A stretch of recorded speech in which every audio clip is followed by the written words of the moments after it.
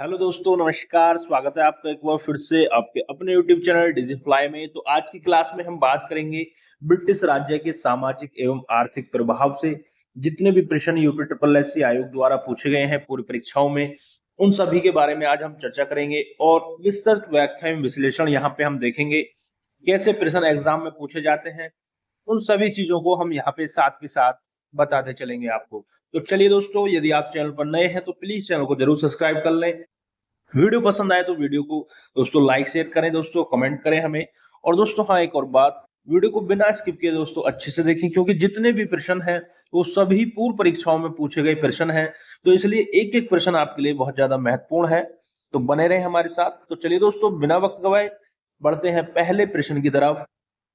पहला प्रश्न क्या है आपका कि निम्नलिखित में से किसे अंग्रेजों द्वारा शुरू किए गए सबसे महत्वपूर्ण योगदानों में से एक माना जाता है। यह आपसे प्रश्न पूछा है कि निम्नलिखित में से किसे अंग्रेजों द्वारा शुरू किए गए सबसे महत्वपूर्ण योगदानों में से एक माना जाता है। ऑप्शन ए है शिपिंग, ऑप्शन बी है रेलवे, ऑप्शन सी है वृक्षारोपण एवं खान, और ऑप्शन डी है बैंकिंग और बीमा। ये आपका देखिए UP triple S C PET 2022 की सेकंड शिफ्ट में पूछा गया प्रश्न है। तो यहाँ पे जो राइट आंसर होगा वो ऑप्शन बी होगा, रेलवे है दोस्तों। सबसे महत्वपूर्ण योगदानों में से एक है, अंग्रेजों द्वारा शुरू किया गया था रेलवे। चलिए इसकी व्याख्या देखेंगे। व्याख्या क्या है कि दिए गए विकल्पों में रेलवे को अंग्रेजों द्वारा शुरू किए गए सबसे महत्वपूर्ण योगदानों में से एक माना जाता है। अब बात करें यहाँ पे दोस्तों, एक प्रश्न जो बनता है वो क्या बनता है कि सबसे पहली जो रेल थी वो किसके किसके बीच चली और किसके शासन काल में चली। ये सब प्रश्न यहाँ से बनते हैं। तो भारत में रेलवे सर्वप्रथम 16 अप्रैल 1953 को लॉर्ड डलहौजी के काल में, याद रखना है किसके, लॉर्ड डलहौजी के काल में, और बंबई से थाने के बीच चली। ठीक है, कहां से, बंबई से थाने के बीच 34 किलोमीटर तक चलाई गई थी। ये बात ध्यान रखना है कि प्रथम रेल जो चली थी वो आपकी 16 अप्रैल 1953 को चली थी और किसके शासन काल में, लॉर्ड डलहौजी के काल में चली थी, और बंबई से थाने 34 किलोमीटर के बीच चली थी। ये प्रश्न एग्जाम में बनते हैं, घुमा फिरा के एग्जाम में प्रश्न पूछा जाएगा तो आप आसानी से दोस्तों कर जाओगे। चलिए आगे बढ़ते हैं इसी तरीके से। दोस्तों एक एक प्रश्न आपके लिए बहुत ज्यादा इंपॉर्टेंट है, इसलिए बने रहें अच्छे से हमारे साथ। दोस्तों यदि आप UP triple S C PET के लिए सीरियस हैं तो हमारे साथ जुड़ जाएं बिल्कुल, क्योंकि यहाँ पे हम एक एक करके आपके लिए क्लासेस ला रहे हैं, जिससे कि आपको कंप्लीट जितने भी कम से कम 10,000 प्लस हम एमसीक्यूज यहाँ पे कराएंगे और व्याख्या रही अलग।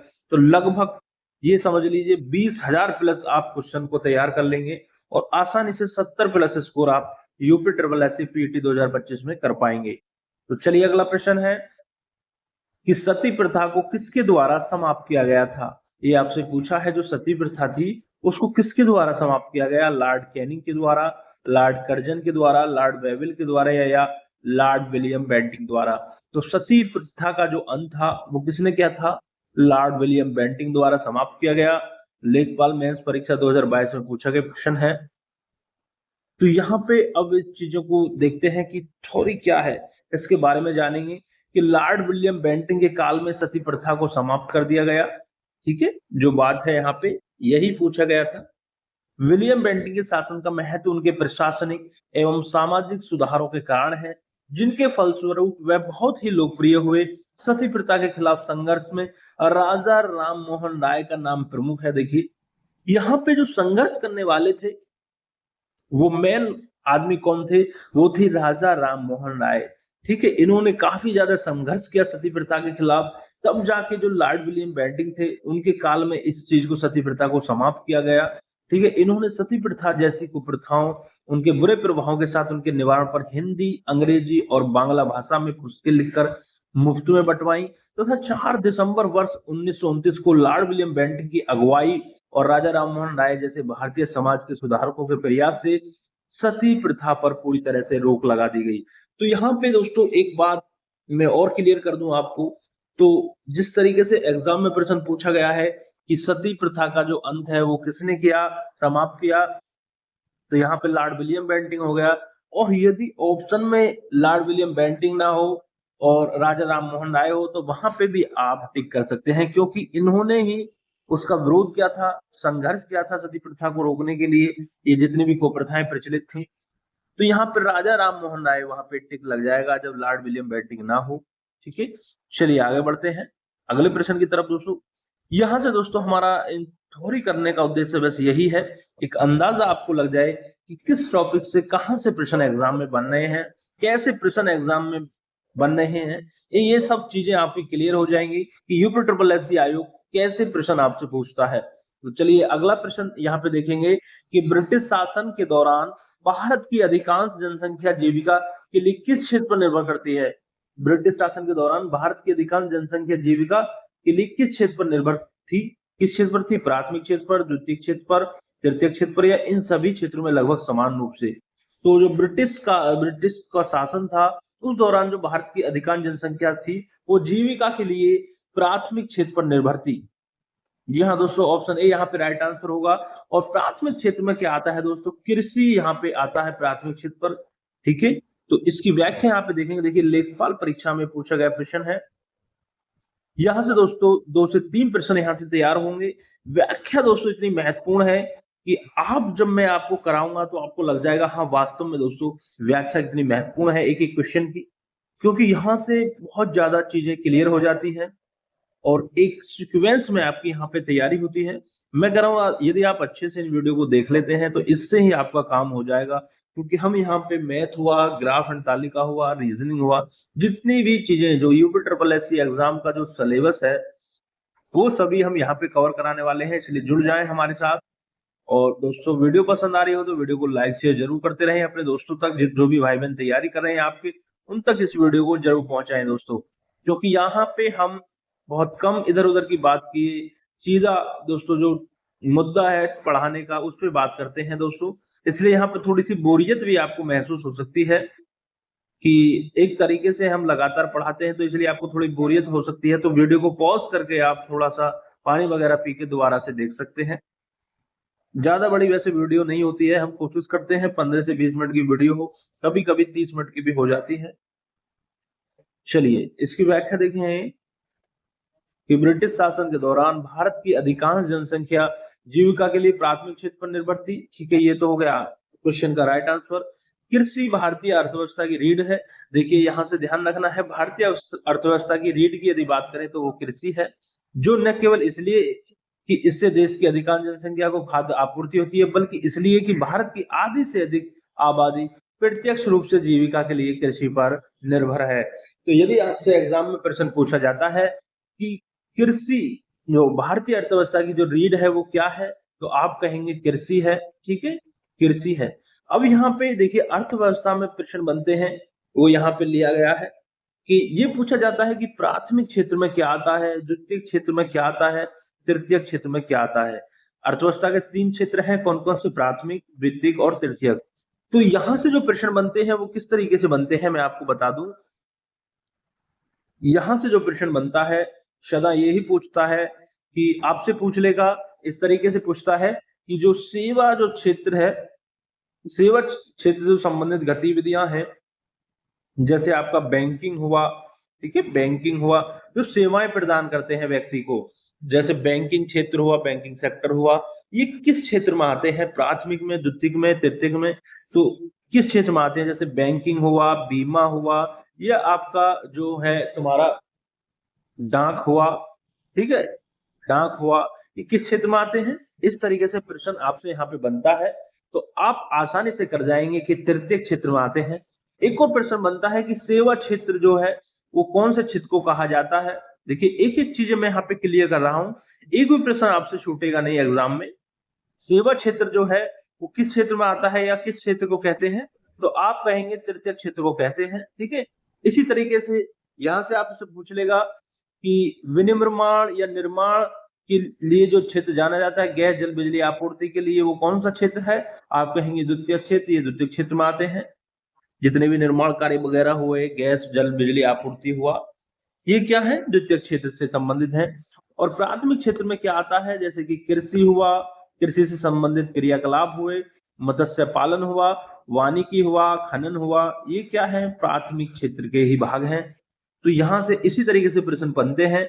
ये पूछ लेगा कि कृषि जो है वो अर्थव्यवस्था के कौन से क्षेत्र में आता है, प्राथमिक, द्वितीयक या तृतीयक, तो आप कहेंगे प्राथमिक में आता है। इसी तरह मत्स्य पालन कौन से क्षेत्र में आता है, वो प्राथमिक क्षेत्र में आता है। इस तरीके से यहाँ से प्रश्न बनते हैं, तो अच्छे से यहाँ पे चीजों को देख लें, समझ लें, ठीक है। तृतीय क्षेत्र, सेवा क्षेत्र। चलिए आगे बढ़ते हैं अगले प्रश्न की तरफ। अगला प्रश्न देखिए, अच्छा प्रश्न यहाँ पे है कि ईस्ट इंडिया कंपनी ने किस वर्ष में कलकत्ता में सर्वोच्च न्यायालय की स्थापना की थी, ये आपसे पूछा है, ठीक है।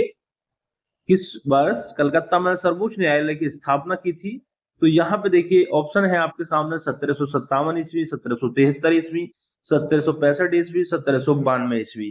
तो यहाँ पे जो ऑप्शन है दोस्तों, ये थोड़ा इसमें गलती हो गई है, त्रुटि हो गई है। क्या त्रुटि है कि ये जो 1773 है, रेगुलेटिंग एक्ट देना था, यहाँ पे वर्ष पूछ लिया तो वर्ष यहाँ पे गलत दे दिया। चलिए इसको व्याख्या से यहाँ पे समझते हैं क्या होगा इसका राइट आंसर, आप समझ जाएंगे बहुत आसानी से। क्या है कि 1773 के रेगुलेटिंग एक्ट से इंग्लैंड की सरकार को कलकत्ता में सर्वोच्च न्यायालय स्थापित करने का अधिकार प्राप्त हुआ। सम्राट जॉर्ज सेकंड ने 26 जुलाई 1774 को कलकत्ता में सुप्रीम कोर्ट की स्थापना की।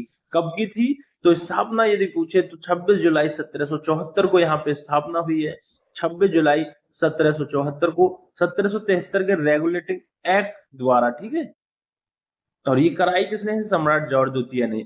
ये कलकत्ता में सुप्रीम कोर्ट की स्थापना की। यहाँ एक मुख्य तथा 3 अन्य न्यायाधीशों की नियुक्ति की व्यवस्था की गई, जो अंग्रेजी कानून के अनुसार प्रजा के मुकदमों का निर्णय करते थे।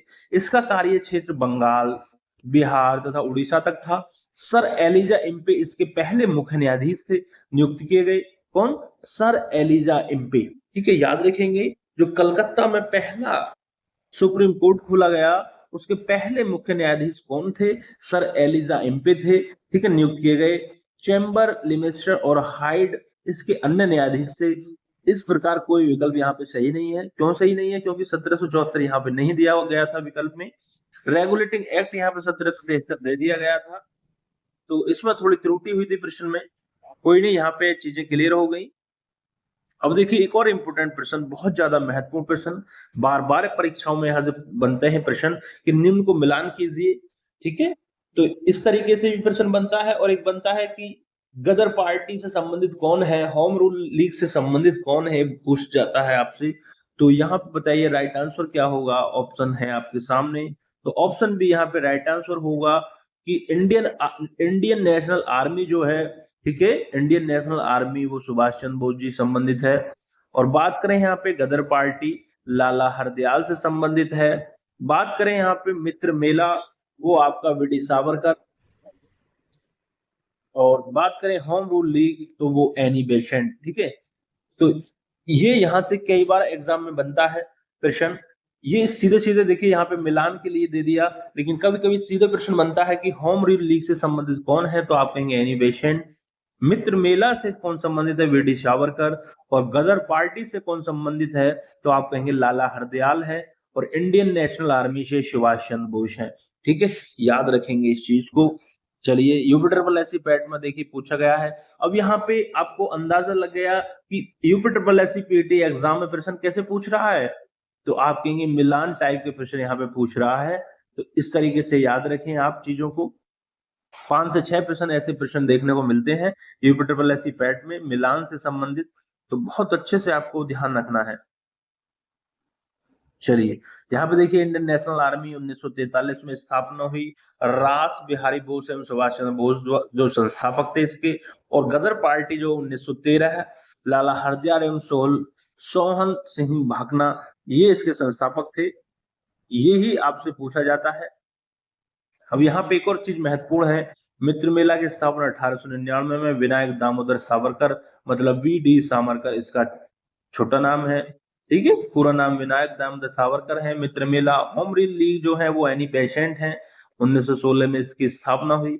याद रखने वाली बात है कि बाल गंगाधर तिलक ने अप्रैल 1916 में होम रूल लीग की स्थापना की, जबकि एनी बेसेंट ने सितंबर 1916 में स्थापना की थी, ठीक है। दोनों ही यहाँ पे इंपोर्टेंट है, होम रूल लीग से भी संबंधित है बाल गंगाधर तिलक, ठीक है। चलिए आगे बढ़ते हैं। अगला प्रश्न क्या है, यहाँ से बहुत ज्यादा प्रश्न यहाँ से पूछता है यूपी ट्रिपल एससी आयोग। जो आधुनिक इतिहास है वहां से प्रश्न बहुत ज्यादा बनते हैं। चलिए यहाँ पे क्या है कि स्थायी बंदोबस्त सबसे पहले शुरू किसने किया? स्थायी बंदोबस्त सबसे पहले शुरू किया गया था, कहाँ किया गया था? बंगाल और बिहार में, उड़ीसा और उत्तर प्रदेश में, गुजरात में या राजस्थान में? तो आपका जो स्थायी बंदोबस्त है वो सबसे पहले बंगाल और बिहार में किया गया था स्थायी बंदोबस्त शुरू। और ये इसके बीच यहाँ पे जानेंगे क्या है, किसने यहाँ पे शुरू लागू किया कि स्थायी बंदोबस्त सबसे पहले बंगाल एवं बिहार में शुरू किया गया था। स्थायी बंदोबस्त और इस्तेमारी बंदोबस्त ईस्ट इंडिया कंपनी और बंगाल के जमींदारों के बीच कर वसूलने संबंधित एक स्थायी व्यवस्था हेतु समझौता था, जिसे बंगाल में लॉर्ड कॉर्नवालिस द्वारा 22 मार्च 1793 को लागू किया गया। तो यहाँ पे जो चीजें हमें क्लियर करनी है वो यही है कि जो ये स्थायी बंदोबस्त या जिसको बोलते हैं इस्टमरारी बंदोबस्त, ये किन किन के बीच था? तो ये ईस्ट इंडिया कंपनी और बंगाल के जमींदारों के बीच कर वसूलने से संबंधित था। कि जो ईस्ट इंडिया कंपनी थी, जो बंगाल के जमींदार थे, उनसे कर वसूलती थी, ठीक है।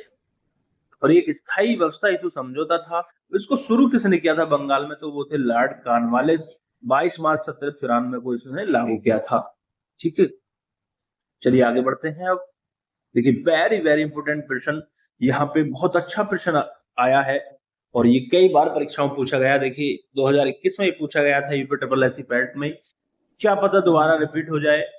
तो बहुत अच्छा प्रश्न है कि great old man of India, Bharat के ग्रेट मैन, भारत के ग्रेट ओल्ड मैन के नाम से किसे जाना जाता है? तो यहाँ पे दोस्तों बिना देखे आप लगा दीजिए दादा भाई नौरोजी।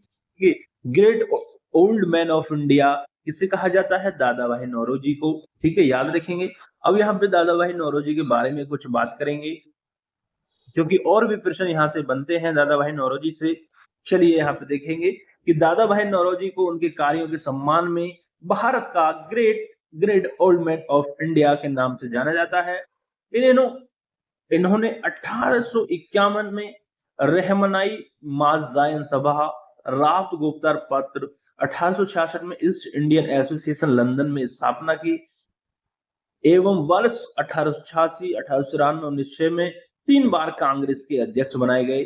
इनकी प्रसिद्ध रचना poverty and un British rule in India है, ठीक है। तो ये दो प्रश्न बहुत ज्यादा इंपॉर्टेंट है यहाँ पे कि कैसे कि grand old man of India किसे कहा जाता है? दादा भाई नौरोजी को। और ये पूछ लेता है कि poverty and un British rule in India किसकी रचना है?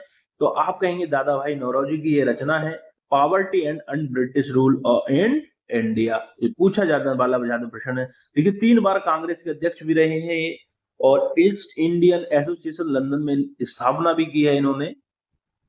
चलिए आगे बढ़ते हैं इसी तरह महत्वपूर्ण प्रश्नों को। दोस्तों आप देख रहे होंगे जो प्रश्न है, एक भी प्रश्न ऐसा नहीं है जिसे आप स्किप कर आगे बढ़ सको, इसलिए बने रहे हमारे साथ बहुत अच्छे से, क्योंकि सभी प्रश्न आपको कहीं ना कहीं दोस्तों बहुत ज्यादा यहाँ पे महत्वपूर्ण प्रश्न है सभी। चलिए अब देखिए कितना महत्वपूर्ण प्रश्न है, यूपी ट्रिपल एससी पीटी में पूछा गया प्रश्न है। देखिए इस तरीके से मिलान वाले प्रश्न बहुत ज्यादा पूछे जाते हैं। तो यहाँ से 4 से 5 प्रश्न आपको जरूर देखने को मिलेंगे मिलान के यूपी ट्रिपल स्पैट में। तो इस तरीके से आपको तैयारी करनी है कि मिलान के प्रश्न ज्यादा बन रहे हैं। देखिए यहाँ पे पूछा है ब्रह्म समाज है, रामकृष्ण मिशन है, आर्य समाज है, सत्य शोधक समाज है। एक तरफ समाज है और एक तरफ इनके संस्थापक हैं, किसने इसकी स्थापना की, वो है कौन इनसे संबंधित है। तो चलिए यहाँ पे मैं बता दूं, जो ब्रह्म समाज है आपका, जो ब्रह्म समाज है वो किससे संबंधित है? वो आपका राजा राम मोहन राय से संबंधित है। ब्रह्म समाज की स्थापना किसने की, इस तरीके से भी प्रश्न पूछ लिया जाता है। तो राजा राम मोहन राय। और रामकृष्ण मिशन के संस्थापक कौन है यदि आपसे पूछ ले तो आप कहेंगे स्वामी विवेकानंद है। रामकृष्ण मिशन के स्वामी विवेकानंद है। आगे बात करें आर्य समाज के कौन है? आर्य समाज के दोस्तों आपके दयानंद सरस्वती हैं। आर्य समाज के संस्थापक कौन है? दयानंद सरस्वती हैं। और सत्य शोधक समाज के जो संस्थापक हैं वो कौन है? आपकी बात बताना है आपको, वो है आपके ज्योतिराव फूले। सत्य शोधक समाज ज्योतिराव फूले हैं, ठीक है। ये थोड़ा दोस्तों इस कारण इसका जो राइट आंसर हो जाएगा ऑप्शन सी हो जाएगा, याद रखना आपको, ठीक है। चलिए आगे बढ़ते हैं। बहुत इंपॉर्टेंट प्रश्न है। देखिए यहाँ पे, देखिए सन भी यहाँ पे, वर्ष भी यहाँ पे दे दिए हैं। एक बार और देख लेते हैं दोस्तों, रिपीट कर लेते हैं, चीजों को दिमाग में, माइंड में सेट हो जाएंगी चीजें। ब्रह्म समाज के संस्थापक राजा राम मोहन राय। वर्ष है 1828 ईस्वी में स्थापना हुई। आर्य समाज के संस्थापक दयानंद सरस्वती 1875। रामकृष्ण मिशन विवेकानंद स्वामी विवेकानंद 1897। सत्य शोधक समाज ज्योतिराव फूले 1873 ईस्वी। ठीक है, वर्ष पे भी थोड़ा ध्यान दें। अगली बार क्या हो कि वर्ष का ही मिलान आ जाए कि ब्रह्म समाज की स्थापना कब हुई, इस तरीके से ये मिलान पूछ ले तो आपको वर्ष पे भी ध्यान देना है अच्छे से। 1828 ब्रह्म समाज, आर्य समाज 1875 और रामकृष्ण मिशन 1897 और सत्य शोधक समाज 1873। चलिए आगे बढ़ते हैं। अच्छा प्रश्न था ये दोस्तों, काफी अच्छा प्रश्न यहाँ पे था ये। देखिए, खालिस्तान में ब्रिटिश सरकार ने भारत में सरकार की संरचना में कुछ सुधारों की घोषणा की, जिन्हें माल्य मिंटो सुधार के रूप में जाना जाता है। ये कब की? 1903 में, 1912 में, 1909 में, 1939 में। तो इसका राइट आंसर होगा 1909, ऑप्शन बी। 1909 में ब्रिटिश सरकार ने भारत में सरकार की संरचना में कुछ सुधारों की घोषणा की, जिन्हें माल्य मिंटो सुधार के नाम से जाना जाता है। ठीक है, चलिए इसकी व्याख्या देखेंगे बहुत अच्छे से। क्या है व्याख्या कि 1909 में ईस्वी में भारत शासन अधिनियम को भारत सचिव और वायसराय के नाम पर माल्य मिंटो सुधार भी कहा जाता है। इस एक्ट के तहत केंद्रीय व प्रांतीय विधानमंडलों के आकार एवं शक्ति में वृद्धि की गई तथा मुस्लिमों के पृथक निर्वाचन एवं मताधिकार की व्यवस्था की गई। इसके परिणाम स्वरूप हिंदी मुस्लिम एकता में दरार पड़ गई, जो कालांतर में भारत के विभाजन का आधार बनी। देखिए कितना यहाँ पे ये खतरनाक था एक चीजें करना। धीरे धीरे इसकी नींव पड़ी और बाद में जाके भारत के विभाजन की यहाँ पे बात आ गई थी, जो कि हो चुका है। ठीक है, चलिए याद रखेंगे। अब देखिए, देखिए इसमें हमने चर्चा की थी। देखिए वो प्रश्न पूछ लिया गणना पर्यवेक्षक में कि भारत में पहली रेलगाड़ी किस वर्ष में और किन दो स्थानों के बीच चली। देखिए मैंने आपको बताया था कि वर्ष भी पूछ लेता है और आपका स्थान भी पूछ लेता है, किस किस के बीच चली और किसके काल में चली। ठीक है, ये हमने इसमें ऊपर चर्चा की थी प्रश्न में। फिर से देख लेते हैं। देखिए बंबई से थाने तो यहाँ भी है, बंबई से थाने ये भी है, तो ये दो तो गलत हो जाएंगे और इन दोनों में ही यहाँ पे एक प्रश्न है दोस्तों। यदि आपको वर्ष मालूम नहीं है तो आप प्रश्न इसका गलत कर देंगे। तो मैं आपको बता दूं 16 अप्रैल 1853 को यहाँ पे चली थी, ऑप्शन सी यहाँ पे राइट आंसर होगा। और लॉर्ड डलहौजी के काल में चली थी और 34 किलोमीटर ये चलाई गई थी। ये बात ध्यान रखना, इतनी सारी चीजें कि 34 किलोमीटर चली, लॉर्ड डलहौजी के काल में चली भारत में पहली रेलगाड़ी। और 16 अप्रैल 1853 को ये चली थी मुंबई से थाने या बम्बई से थाने। ठीक है, चलिए ध्यान रखना है इस चीज को। और देखिए इंपोर्टेंट प्रश्न यहाँ पे कि पहला विद्युतीकरण रेल मार्ग मुंबई से कुल्ला के मध्य है। विद्युतीकरण रेल मार्ग पहला है। और भारतीय रेल एशिया की वृहत्तम तथा विश्व की तृतीय वृहत्तम रेल प्रणाली है। रेलवे के लंबाई की दृष्टि से भारत का चौथा स्थान अमेरिका, रूस और चीन के बाद है। ठीक है, रेलवे की लंबाई की दृष्टि से भारत का चौथा स्थान अमेरिका, रूस और चीन के बाद है। चलिए लंबाई के मामले में चौथे नंबर पे आती है। आगे बात करें, देखिए जनगणना से प्रश्न यहाँ से बना है। जनगणना से जितने महत्वपूर्ण प्रश्न है वो भी यहाँ पे क्लियर हो जाएंगे इस प्रश्न से ही। कैसे कि भारत में सबसे पहली जनगणना किस वर्ष में हुई थी, ये आपसे पूछा है। 1852, 1881, 1872 या 1952। तो यहाँ पे जो भारत में सबसे पहली जनगणना की यदि बात करें तो वो 1872 ईस्वी में हुई थी। ऑप्शन बी यहाँ पे राइट आंसर होगा। चलिए यहाँ पे जो महत्वपूर्ण बिंदु हैं उनको देखेंगे। क्या है कि भारत में जनगणना की शुरुआत तो 1872 में और लॉर्ड मेयो के कार्यकाल में हुई। ये भी आपसे पूछा जाता है कि किसके काल में हुई, तो आप कहेंगे लॉर्ड मेयो के काल में। ठीक है, और बात करें यहाँ पे नियमित जनगणना की कि भारत में नियमित जनगणना की शुरुआत कब हुई, तो आप कहेंगे 1881 में हुई, लॉर्ड रिपन के कार्यकाल में। ठीक है, लॉर्ड रिपन के कार्यकाल में नियमित जनगणना की शुरुआत हुई थी 1881 ईस्वी में। ये बात ध्यान रखने वाली है। चलिए लॉर्ड रिपन के काल में नियमित जनगणना हुई। ठीक है, पहली जनगणना लॉर्ड मेयो के काल में 1872 में हुई। अब बात करें यहाँ पे कि 2011 की जो जनगणना है वो भारत की 15वीं जनगणना है, लेकिन बात करें स्वतंत्र भारत की वो 7वीं जनगणना है। देखिए स्वतंत्रता से पहले ही जनगणना होती थी, तो इस तरीके से जो जनगणना है वो 15वीं जनगणना है 2011वीं, लेकिन स्वतंत्र भारत की यदि बात करें जब भारत स्वतंत्र हो गया था तो उस क्रम से यदि बात करें तो 7वीं जनगणना है। देखिए जितने भी प्रश्न यहाँ से बन सकते थे घुमा फिरा के उस सब के बारे में हमने यहाँ पे चर्चा कर ली। पहली जनगणना कब हुई, नियमित जनगणना कब हुई, किसके शासनकाल में हुई, 2011 की जनगणना का फिर मांग क्या है स्वतंत्रता से और स्वतंत्रता से पहले, उस बारे में हमने यहाँ पे पूरा डिस्कस किया अच्छे से। तो चलिए अब आगे बढ़ते हैं एक और फिर से। देखिए बड़ा प्रश्न आपके सामने कि 1866 में क्या प्रश्न है, 1866 में भारत के संदर्भ में चर्चा करने और भारतीय कल्याण को बढ़ावा देने के लिए ब्रिटिश सार्वजनिक अधिकारियों को प्रभावित करने के लिए लंदन में ईस्ट इंडिया एसोसिएशन का आयोजन किसने किया? ऑप्शन है दादा भाई नौरोजी, विपिन चंद्र, महात्मा गांधी, जवाहरलाल नेहरू। तो देखिए यहाँ पे हमने बात की थी कि लंदन में ईस्ट इंडिया एसोसिएशन का आयोजन जो किया था वो दादा भाई नौरोजी ने किया था, ऊपर हमने चर्चा की थी। ऑप्शन ए यहाँ पे राइट आंसर हो जाएगा। ठीक है, और यहाँ पे देखिए वही फिर से चीजें यहाँ पे क्लियर होंगी। चलिए एक और फिर से कर लेते हैं कि दादा भाई नौरोजी ब्रिटिश कालीन भारत के एक पारसी बुद्धिजीवी राजनीतिक एवं सामाजिक नेता थे। उन्हें भारत का वयोवृद्ध पुरुष कहा जाता था। वयोवृद्ध का मतलब grand old man of India. ठीक है, इनको एक टैग दिया गया था। 1866 में भारत के संदर्भ में चर्चा करने और भारतीय कल्याण को बढ़ावा देने के लिए ब्रिटिश सार्वजनिक अधिकारियों को प्रभावित करने के लिए लंदन में ईस्ट इंडिया एसोसिएशन का गठन किया गया। वह 1892 से 1895 तक यूनाइटेड किंगडम यूके के हाउस ऑफ कॉमन्स के सदस्य भी थे। याद रखना है, हाउस ऑफ कॉमन्स के सदस्य थे 1892 से 1895 तक। चलिए आगे बढ़ते हैं। अगला प्रश्न है आपके सामने कि निम्नलिखित में से कौन सी प्रणाली भारत में ब्रिटिश शासन के दौरान भूमि राजस्व प्रणाली से संबंधित नहीं थी? ऑप्शन है जमींदारी स्थायी बंदोबस्त, ये तो था। महलवाड़ी ये भी था। रेतवाड़ी ये भी था। दस्तक नहीं थी। ऑप्शन सी यहाँ पे राइट आंसर हो जाएगा, दस्तक नहीं थी। ठीक है, ब्रिटिश शासन के दौरान भू राजस्व प्रणाली दस्तक नहीं थी।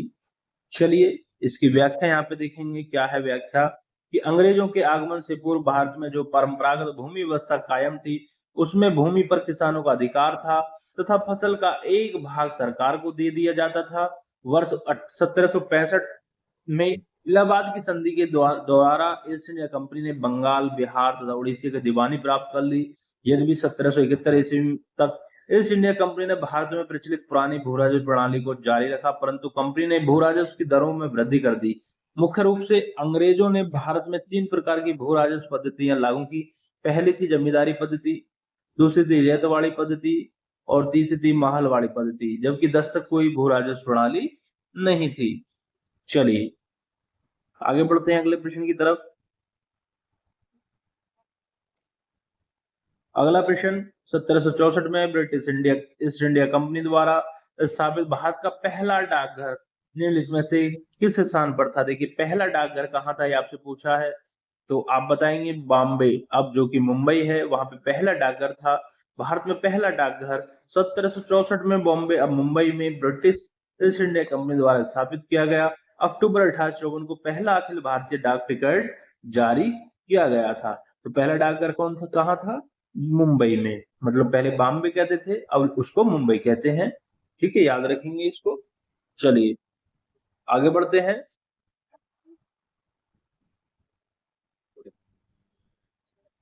अगला प्रश्न है आपके सामने हिंदू विधवा पुनर्विवाह अधिनियम 1856 जिसे अधिनियम एक्सवी 1856 भी कहा जाता है 26 जुलाई 1856 को लागू हुआ, जिससे डॉट डॉट डॉट द्वारा पारित किया गया था। तो ये थे कैनिंग।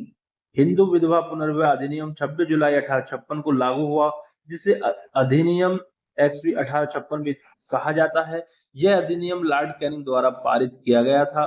ठीक है, किसके द्वारा? लॉर्ड कैनिंग द्वारा यह पारित किया गया था। लॉर्ड कैनिंग भारत की कंपनी द्वारा नियुक्त अंतिम गवर्नर जनरल तथा भारत के प्रथम वायसराय थे। इसके समय में ही राज्य विलय नीति को समाप्त कर दिया गया। ठीक है, हिंदू विधवा पुनर्विवाह अधिनियम 26 जुलाई 1856 को लागू हुआ, ये ध्यान रखेंगे।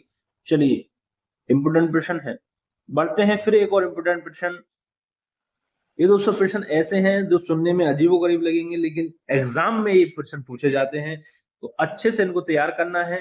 अगला प्रश्न है 1891 बीएम मलाबरी के प्रयासों को तब तक फल मिला जब सहमति की उम्र अधिनियम को पारित किया गया, जिसके अनुसार ... वर्ष से कम की बालिका को विवाह पर प्रतिबंध था। तो 12 वर्ष से कम उम्र की बालिका को प्रतिबंध था, ये आपको ध्यान रखना है। क्या है इसकी व्याख्या, छोटी सी व्याख्या। सन 1851 ईस्वी में लॉर्ड लैंसडाउन के शासन काल में पारित एज ऑफ कंसेंट एक्ट अधिनियम के तहत बालिकाओं के लिए विवाह की न्यूनतम आयु क्या थी, वो 12 वर्ष निर्धारित की गई थी। कितनी? 12 वर्ष निर्धारित की गई थी। चलिए आगे बढ़ते हैं। अगला प्रश्न है 1795 और 1804 के बंगाल विनिमय अधिनियमों ने ... घोषित किया। ऑप्शन ए सती प्रथा को अवैध, कन्या हत्या को अवैध, विधवा पुनर्विवाह को अवैध या बाल विवाह को अवैध। तो यहाँ पे 1795 और 1804 के बंगाल विनिमय अधिनियमों ने कन्या हत्या को अवैध घोषित किया। किसको? कन्या हत्या को। ध्यान रखेंगे, राज्य मंडी परिषद में पूछा गया प्रश्न है। चलिए आगे बात करेंगे। इस अधिनियम के अंतर्गत शिशु हत्या पर भी देखिए प्रतिबंध लगाया गया। चलिए आगे बढ़ते हैं। बहुत अच्छा प्रश्न है यहाँ पे कि हंटर आयोग ने किसके विकास पर अधिक बल दिया। हंटर आयोग जो था किसने किसके विकास पर अधिक बल दिया? प्राथमिक शिक्षा पर, स्त्री शिक्षा पर, माध्यमिक शिक्षा पर, तकनीकी शिक्षा पर। देखिए यहाँ पे जो हंटर आयोग था उन्होंने प्राथमिक शिक्षा पर अधिक बल दिया, ये ध्यान रखना है, प्राथमिक शिक्षा पर अधिक बल दिया। व्याख्या आपके सामने कि हंटर शिक्षा आयोग की स्थापना ब्रिटिश शासनकाल में लॉर्ड रिपन ने की थी, और लॉर्ड रिपन ही थे जिसमें नियमित जनगणना की शुरुआत हुई, जिसके शासनकाल में 1882 में ईस्वी में की गई थी। ठीक है, 1882 ईस्वी में की गई थी। चार्ल्स वुड के घोषणा पत्र द्वारा शिक्षा के क्षेत्र में हुई प्रगति की समीक्षा के लिए सरकार ने विलियम विल्सन हंटर की अध्यक्षता में इस आयोग की नियुक्ति की थी। हंटर शिक्षा आयोग के प्राथमिक और माध्यमिक शिक्षा की समीक्षा तक ही सीमित रखा गया था। इस आयोग ने प्राथमिक स्तर पर शिक्षा के महत्व पर अधिक बल दिया तथा उन्हें स्थानीय भाषा और उपयोगी विषय में शिक्षा देने का सुझाव दिया। ठीक है, चलिए आगे बढ़ते हैं अगले प्रश्न की तरफ। भारत में यातायात व्यवस्था, जिसको ट्रैफिक सिस्टम की शुरुआत का श्रेय किसको दिया जाता है? जो भारत में जो ट्रैफिक सिस्टम है, यातायात व्यवस्था की जो शुरुआत का श्रेय उसे किसको दिया जाता है? भारतीय शासक को, मुगल शासक को, ब्रिटिश शासक को या डच शासक को? तो उसका श्रेय जो है ब्रिटिश शासक को दिया जाता है। ऑप्शन बी यहाँ पे राइट आंसर होगा कि भारत में यातायात व्यवस्था की शुरुआत का श्रेय ब्रिटिश शासक को जाता है। 1854 में गवर्नर जनरल लॉर्ड डलहौजी बाहर के मुख्य स्थानों को जोड़ने के लिए ट्रंक लाइन की रूपरेखा बनाई। ईस्ट इंडिया कंपनी ने रेलवे की शुरुआत 16 अप्रैल 1853 को किया। ठीक है, चलिए आगे बढ़ते हैं अगले प्रश्न की तरफ। भारत के governor general Lord William Bentinck ने सती प्रथा को समाप्त करने हेतु कौन से वर्ष में कानून पारित किया? तो 1829 में। याद रखेंगे 1829 में। तो भारत के पहले गवर्नर जनरल के रूप में लॉर्ड विलियम बेंटिंक, जिनका कार्यकाल रहा था 1828 से 1835 ईस्वी तक, इनके प्रयासों से 1829 में सती प्रथा को प्रतिबंधित कर दिया गया। इस अधिनियम को पारित कराने में राजा राममोहन राय की महत्वपूर्ण भूमिका रही। ठीक है, चलिए आगे बढ़ते हैं। अगला क्या है? स्वामी दयानंद सरस्वती ने किस शहर में पहली बार 1875 में आर्य समाज की स्थापना की थी? आपसे पूछा है, बॉम्बे में की थी। ऑप्शन ए यहाँ पे राइट आंसर होगा कि बॉम्बे, मुंबई में आर्य समाज की स्थापना हुई 1875 ईस्वी में। पहली बार किसने की? दयानंद सरस्वती ने, 1875 में। सन भी आपको याद रखना है। ठीक है, आर्य समाज एक हिंदू सुधार आंदोलन है जिसकी स्थापना स्वामी दयानंद सरस्वती ने 1875 ईस्वी में मुंबई में की। स्वामी दयानंद सरस्वती द्वारा रचित सत्यार्थ प्रकाश नामक ग्रंथ आर्य समाज का मूल ग्रंथ है। तो यहाँ पे देखिए ध्यान देना है, सत्यार्थ प्रकाश आपसे पूछा जाता है किसकी रचना है, स्वामी दयानंद सरस्वती की। ठीक है। समाज की स्थापना, आर्य समाज की स्थापना स्वामी दयानंद सरस्वती ने की। कहाँ करी, बॉम्बे मुंबई में की 1875 ईस्वी में। आर्य समाज एक हिंदू सुधार आंदोलन है, ध्यान रखना है। चलिए आगे बढ़ते हैं अगले प्रश्न की तरफ। अगला प्रश्न क्या है, बहुत इंपॉर्टेंट प्रश्न। अलीगढ़ मुस्लिम विद्यालय की स्थापना किसने की थी, ये आपसे पूछा है।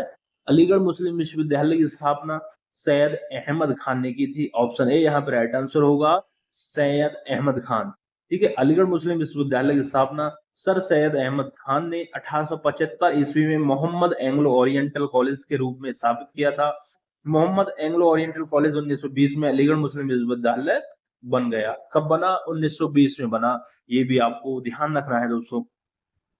वीडियो कैसी लग रही है दोस्तों, वीडियो पसंद आ रही है तो वीडियो को लाइक शेयर जरूर करते रहें, और चैनल पर नए हैं तो प्लीज चैनल के साथ जुड़ जाएं दोस्तों, हमें ज्यादा से ज्यादा सपोर्ट करें ताकि हम इसी तरीके से आपको जल्द से जल्द वीडियो लाते रहें और आपकी बेहतर तैयारी यहाँ पे हो जाए।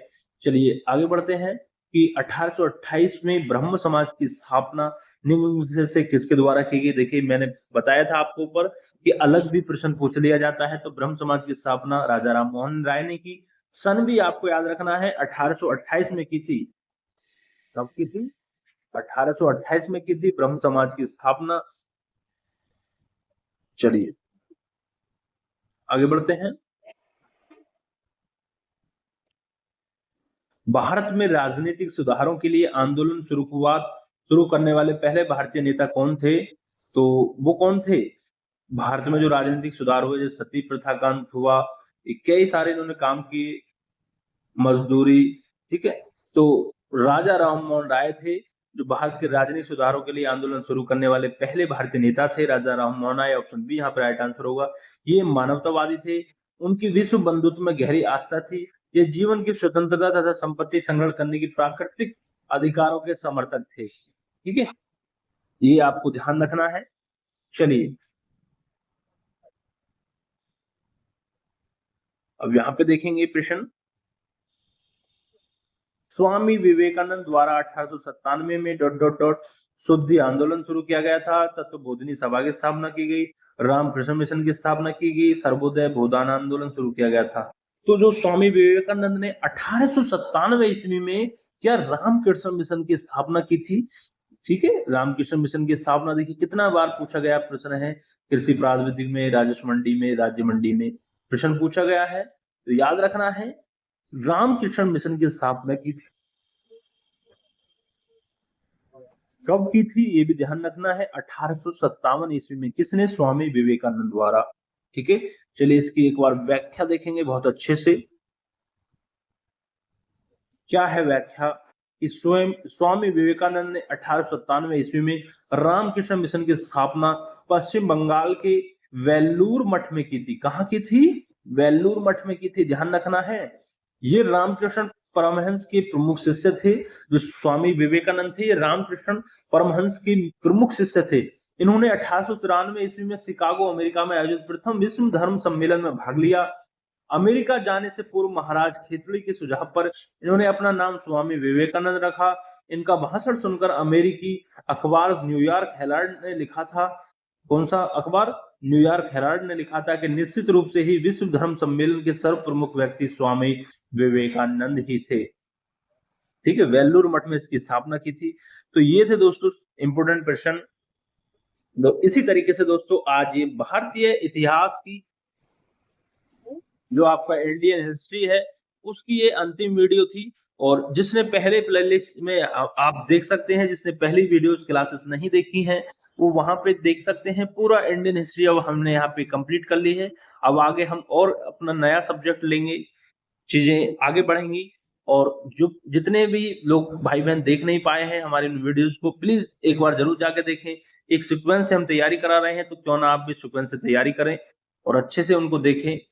12 से 13 वीडियोस यहाँ पे लगभग हमने करा चुके हैं।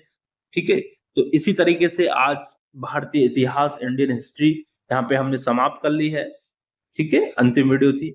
हालांकि जो हाइलाइट्स हैं वो भी आएंगी उसमें, ऐसी कोई बात नहीं है, लेकिन जो यहाँ से इंपोर्टेंट प्रश्न थे वो हमने सभी कर लिए हैं। तो मिलते हैं बहुत जल्द अगली वीडियो में एक नए टॉपिक के साथ, नए सब्जेक्ट के साथ, जैसे कि भारतीय स्वतंत्रता संग्राम हुआ या फिर आपका भूगोल वगैरह हुआ, इससे हम यहाँ पे शुरू करेंगे।